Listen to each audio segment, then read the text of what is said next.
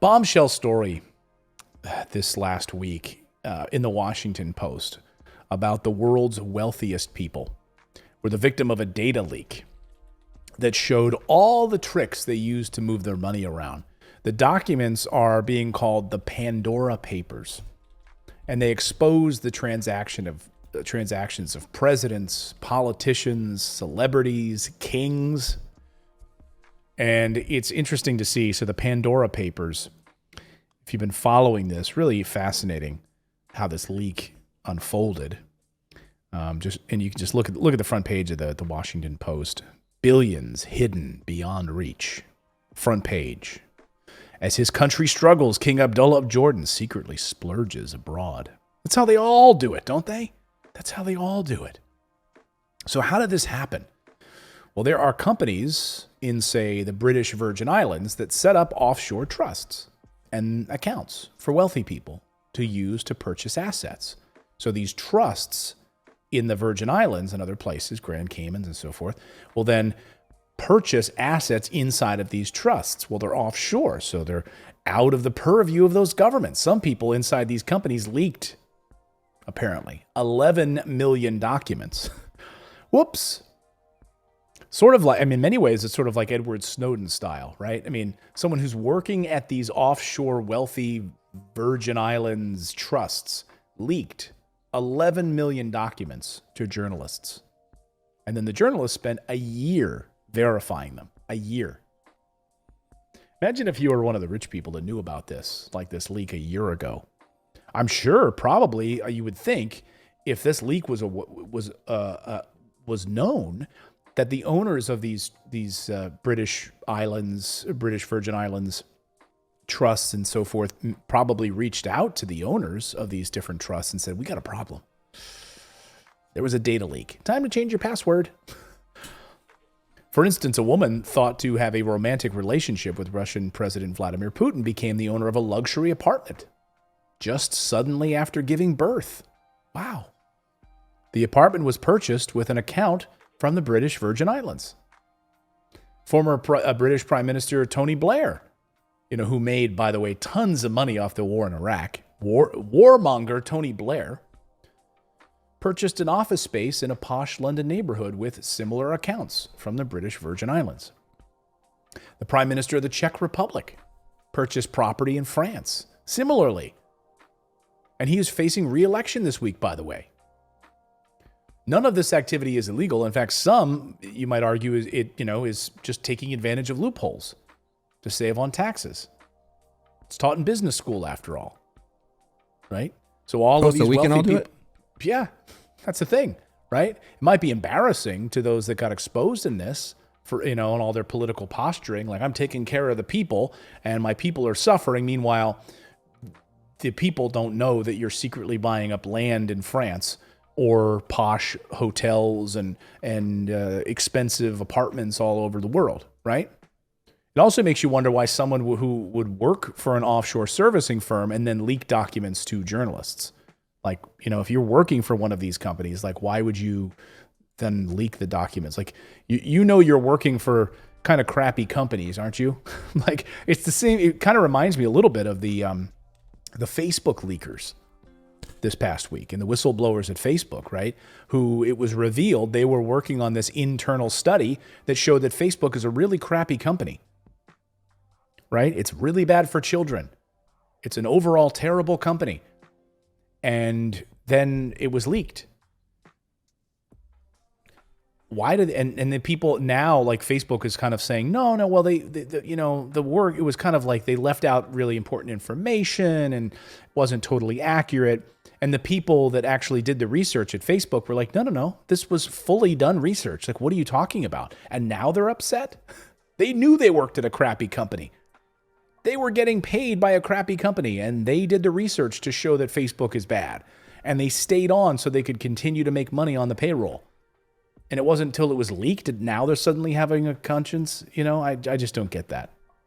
Doesn't really make much sense to me. So they're working for these offshore firms and leaking documents to journalists. It's kind of bizarre.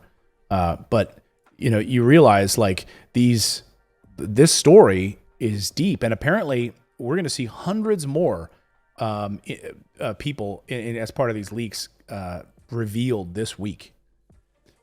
You know, it's kind of unbelievable. The files provide substantial new evidence, for example, that South Dakota now rivals notoriously opaque jurisdictions in Europe and the Caribbean for financial secrecy. Tens of millions of dollars from outside the United States are now sheltered by trust companies in Sioux Falls, South Dakota. And some of it is tied to people and companies accused of human rights abuses and other wrongdoing. Isn't that the kind of stuff that normally the CIA or the FBI would seize? Like, they're going to seize the funds of these individuals who are wanted for human rights violations or human rights abuses? Well, and could you imagine if we tried to do stuff like that? If an individual person tried to hide funds like that, like what would happen to us? We'd be in jail. Yeah, absolutely. I mean, similar to like the Panama Papers. The files detail more than 29,000 offshore accounts, more than double the number in the Panama Papers. 330 public officials in more than 90 countries and territories are about to be revealed.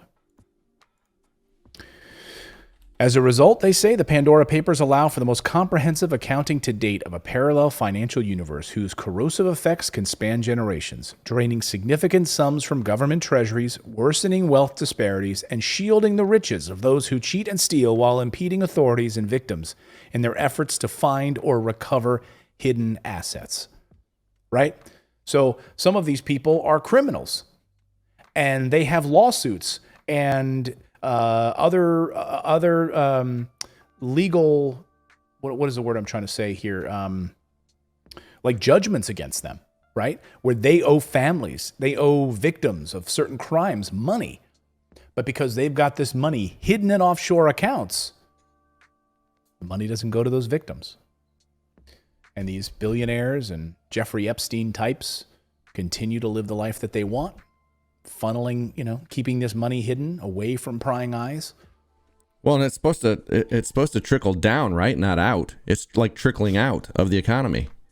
Yeah, exactly. And so and that's what one of the biggest issues is like that these countries where these people are doing the business aren't making the tax revenue. So they're lying. They're basically lying to the governments where they live. They're basically saying, no, we didn't make any money here in this jurisdiction. Well, they were, and that money was being routed through the Virgin Islands inside other accounts. So technically not illegal because it's being routed. But how do you think that those governments are going to see it? Are they going to say that it's not legal or that it's perfectly legal? Doubtful. Think about this. Think about how much less money the government would have to print on a daily basis if the money that the wealthy had circulated through paying their employees a good wage, like Dan Price, paying their people a really good wage. That money would fluctuate through this economy, and there would be no need to print money to prop everything up because all they're doing is printing money to just keep pushing it to those people that are hiding it. They take it, they squirrel it away. We don't see any of it. So it's like you've got this big stack of money, and we're all sitting there watch them take it and hand it to each other at 0% interest, paying no taxes or whatever. And then the little tiny bits of it that we get, we have to pay outrageous taxes on it. We have to, like pay for our own medical care and stuff. Like, it's ridiculous. Like, they could fix this if they would just take the money instead of putting it offshores and hiding it, squirreling it away, put it into the freaking economy. That's what it's for. Right. Well, that's, and that's, of course, what Elizabeth Warren has been arguing in the United States, like going after tax cheats, going after people who hide money offshore, like giving the IRS additional funds and money to be able to go after these people. Of course, I don't know, typically the IRS ends up auditing people who make no money, over like $5 problems and things like that. It ends up adversely affecting the lower and middle income class of the United States than it does the wealthy in the first place. So yeah, because they never remove their loopholes. Their loopholes would stay. They'll be like, okay, we're going to go after them, but then it ends up ultimately affecting the lower middle class, and the wealthy still get away with it. Thanks for subscribing to the channel. You can also become a channel member by going to morninginvest.com/join, where you can stick it to the mainstream media and support independent journalism. We're able to bring you the stories that you won't see on any of the major billionaire-backed networks. Thanks so much. We'll see you next time, everyone.